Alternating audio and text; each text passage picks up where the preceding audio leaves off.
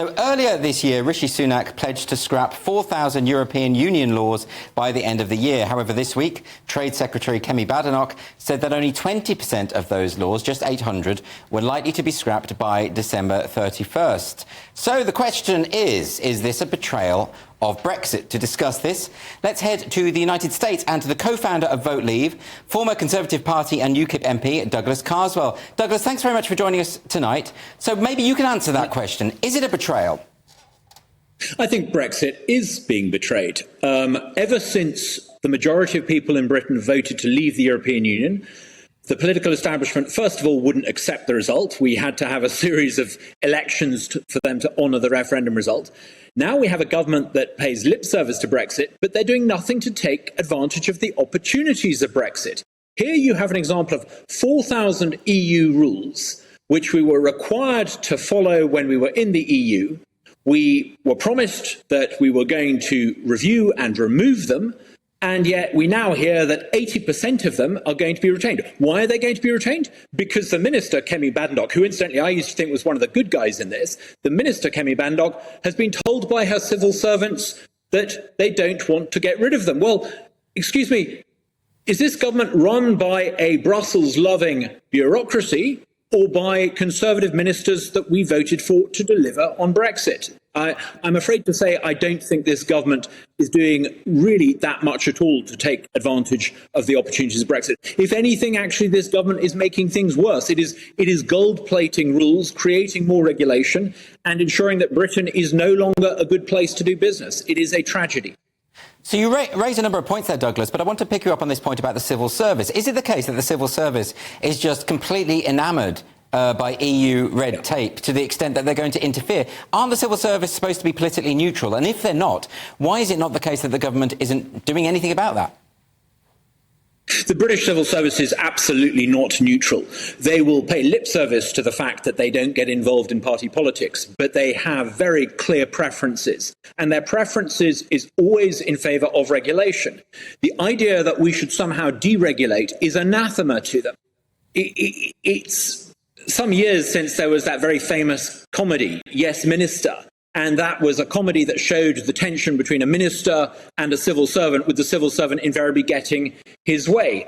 It's not a joke anymore. This is how government is run. You have a minister coming in to their department, and they are encased in this bureaucracy that simply doesn't give them the opportunities and the options to do anything that the bureaucracy doesn't want. Now, it takes a pretty exceptional kind of minister to have the resources and the ability to cut through that. Imagine if you were running a government department that employed 10, 20, 30,000 people. You don't have the ability to hire and fire a single one. If, like Dominic Raab, you try to use a bit of robust persuasion to get the civil servants to do what you ask them, they can undermine you and get you sacked, which is exactly what happened. In effect, ministers are simply the mouthpiece of the permanent bureaucracy. And it is the permanent bureaucracy that is running this country, that is making, I think, some catastrophic policy errors. And one of those real errors is a failure to take advantage of the opportunities that Brexit was supposed to be all about. Can I ask you specifically about this question of laws and EU regulations? Notoriously, they're very difficult to pinpoint in terms of how many of our laws originate in the EU. Some experts put it as high as 62%, others as low as 13%. No one seems to know what these laws are. Can you explain why it's important that we get these laws off our statute books? I'll give you a specific example, the so-called GDPR, the data protection regulations. We signed up to those when we were in the EU, basically because a German apparatchik in Brussels wanted to impose German regulations on the rest of Europe. As a consequence of doing so, anyone who complies with GDPR regulation is now falling dramatically behind some of the tech innovation that is now happening around the world. I'm talking to you from the United States, where we don't have GDPR. One of the great advantages of not having GDPR, it allows small retailers to take advantage of some of the marketing tools that social media platforms and the opportunities that they offer, and allows them to compete with big players in pretty much any field. In Europe, Small operators can't do this. The rules are rigged in favour of big corporations and big corporate online marketing. Now, we should have got rid of GDPR rules. If we did that, it would help small businesses, it would help the little guy, it would help the local independent florist or whatever it is compete against the big corporations. Not getting rid of these rules means that Europe as a whole and Britain, because it's aligned with these regulations, is simply not growing. The European Union and Britain... That's a very important point that you raise about the pro-corporate nature of the EU. And a lot of the time, I think that discussion isn't really being had. I know you've written in your book, Rebel, about this, the way in which corporations, lobby the EU at the detriment to smaller businesses. But is that something that you think people just aren't aware of? Absolutely. I mean, Brussels is basically a nexus between big business interests and bureaucracy. And they love working together because bureaucracy is used by big businesses to rig the rules. Leaving the EU meant we were supposed to change this and deal with it.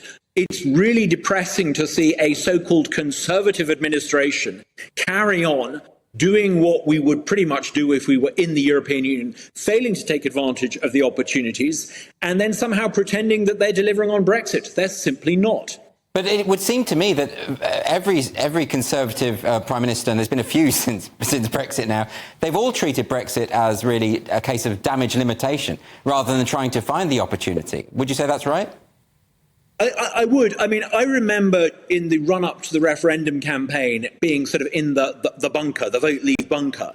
And there weren't many people around. And I certainly can't remember many of the current cabinet who now claim that somehow they are Brexit champions. I think many of them fundamentally from Theresa May onwards haven't really understood the point of Brexit. They think it's all about being rude about foreigners. They think it's all about, controlling immigration, not that they've even managed to do that. But, ministers talk about controlling the English Channel. They can't even control their own departments. We see with what happened to Dominic Raab, the civil service is in control.